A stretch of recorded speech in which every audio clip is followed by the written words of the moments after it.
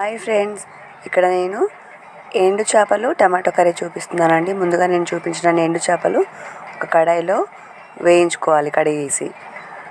ఇవి ఒక ప్లేట్లోకి తీసుకొని తర్వాత అదే కడాయిలో ఆయిల్ పోసుకొని 2 ఉల్లిపాయలు లేదా మన క్వాంటిటీని బట్టి కట్ చేసుకొని ఆనియన్స్ ఫ్రై అయ్యాక ఒక 5 టమాటాలు పెద్ద టమాటాలని మిక్సీ జార్లో పేస్ట్ చేసుకోవాలి. ఇప్పుడు ఎండు చేపల్ని తలకాయ కట్ చేసి పక్కన పెట్టుకోవాలన్నమాట.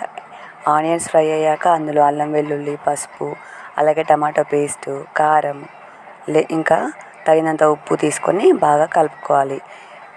బాగా టమాటా పేస్ట్ మగ్గాక అందులోనే ధనియాల పొడి ఇంకా కొంచెం తగినంత మసాలా తీసుకోవాలి. 2 దగ్గర అయ్యాక కొంచెం తగినన్ని వాటర్ పోసుకొని కలుపుకోవాలన్నమాట. తగినంత వాటర్ తీసుకున్నాం కదా, మనం ముందుగా కడిగి పెట్టుకొని తలకాయలు కట్ చేసుకున్న ఎండు చేపల్ని ఈ పేస్ట్లో వేసుకోవాలి. ఆ ఎండు చేపలు మెత్తగా అయ్యేంత వరకు ఉంచుకొని ఆయిల్ ఎప్పుడైతే పైకి తేలుతుందో అప్పుడు కర్రీ అయినట్టు లెక్క అన్నమాట.